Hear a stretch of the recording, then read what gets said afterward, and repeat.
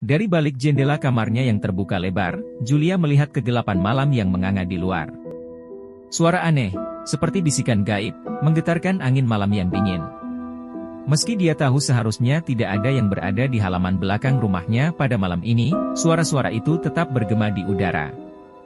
Dia mencoba mengabaikan, berpikir itu mungkin suara ranting atau hewan malam, namun ketegangan di udara semakin terasa saat dia menyadari bahwa suara itu membentuk pola tertentu, seolah-olah ada keberanian tersembunyi di dalam kegelapan, bersiap untuk mengungkapkan sesuatu yang tak terpikirkan.